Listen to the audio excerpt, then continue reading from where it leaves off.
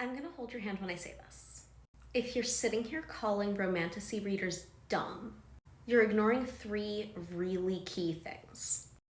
One, romance as a genre is arguably the most feminist of the genres.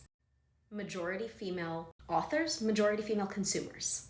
It's one of the only forms of media anywhere produced by women, for women, kept afloat by women.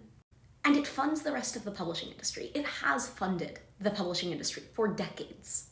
And romance novels are also one of the only places where the stories are woman-centered, where everything is filtered through the female gaze.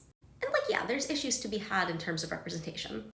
And there's certainly some issues with how queer voices have been treated through the years. No one's saying it's a perfect genre. But it is one of the only places where women have been able to find stories that focus our voices, our perspectives, our wants and needs in a story, where that is the assumption of the structure of the story, that it will be focused around women. That's so incredibly rare in other media.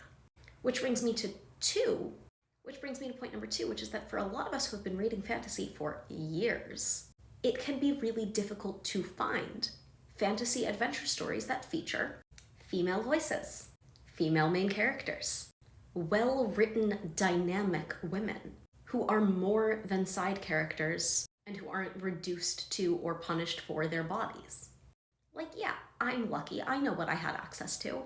I have Tamora Pierce. I have Jacqueline Carey. I have Naomi Novik. But a lot of people have not had exposure to those stories. And Romantasy is the first time in reading fantasy that they've felt seen. And that matters. And three, a lot of what's being characterized as Romantasy right now, I've talked about this before, isn't. It's just fantasy written by a woman that happens to have a love story as a subplot. And that is a whole other can of worms. But also, people who are reading Romantasy are reading. Reading is good. Reading one book gets you to read another book. Reading Romantasy gets you to read fantasy or social commentary. A lot of Romantasy is in itself social commentary.